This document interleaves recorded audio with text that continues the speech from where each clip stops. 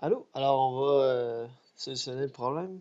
Donc, on a la fonction qui va être de la forme A sin de oméga t plus phi. Fait que finalement, il reste à savoir que vos A, que vos oméga et que vos phi. C'est les trois trucs qu'il faut trouver et on va avoir résolu le problème. La première chose qu'on peut voir, l'amplitude, on peut la voir directement ici sur le graphique. Donc, l'amplitude, c'est 0,03 mètres. On le trouve directement. Ensuite, la fréquence angulaire, la pulsation oméga, on va la trouver directement à partir de la période. Donc,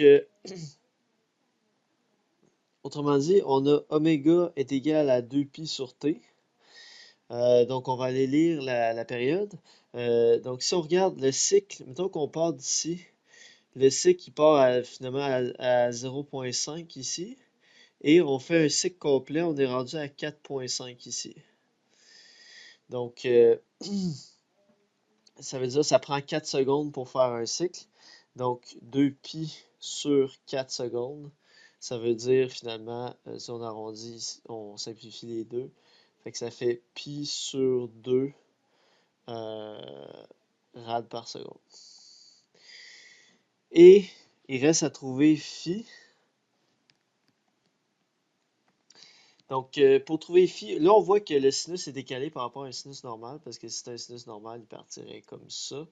Donc, on va aller chercher le phi simplement en faisant un...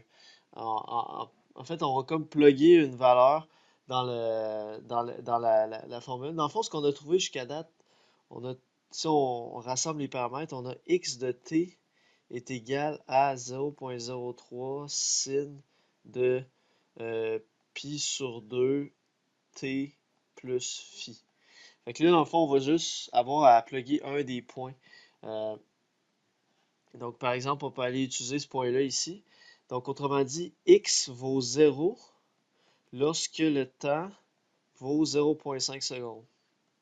Donc, pi sur 2 fois 0,5 secondes plus phi.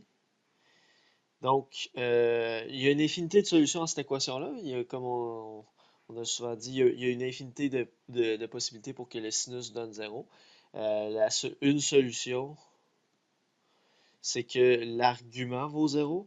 Donc, autrement dit, pi sur 2 fois 0,5 plus phi égale 0. Et ça nous permet d'aller chercher une valeur de phi qui va être égale à moins pi sur 4. En fait, comme vous voyez, ça c'est juste une solution possible pour que le sinus vaille 0. Donc c'est une solution possible pour le phi. Ce que ça veut dire, c'est qu'en réalité, il n'y a pas une seule réponse possible dans ce genre d'exercice-là. Le phi pourrait valoir d'autres choses. En fait, mettons que vous prenez moins pi sur 4, c'est une valeur possible, une valeur acceptable pour le phi. Mais si vous preniez moins pi sur 4 plus 2pi, ben, ça serait aussi bon. T'sais. En fait, vous pourriez ajouter plus 2pi, vous pouvez ajouter plus 4pi. Donc, peu importe le nombre de 2pi que vous additionnez à ça, ça va toujours donner, ça revient au même dans le fond. Parce que dans le fond, si vous décalez votre cycle, si vous décalez un sinus de un cycle complet, ben, elle va revenir exactement à la même fonction dans le fond. Euh,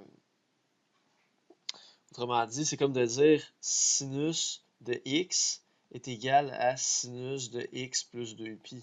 Si je décale mon argument de 2pi, ça revient quand même à la même fonction parce que dans le fond, ça revient à dire que j'ai décalé mon sinus de un cycle complet. Mais si je le décale d'un cycle complet, ben, je reviens exactement à la même fonction finalement. Donc autrement dit, le phi, ça pourrait être moins pi sur 4, mais vous pourriez aussi additionner 2 pi à ça, puis ça serait quand même une bonne réponse. Là. Donc, si on résume, ça nous donne x de t est égal à 0,0 euh, ouais, 0,03 fois sin de pi sur 2 t moins pi sur 4. Et ça, c'est exprimé en mètres, le temps étant en secondes. Donc, voilà qui termine la section 1.1.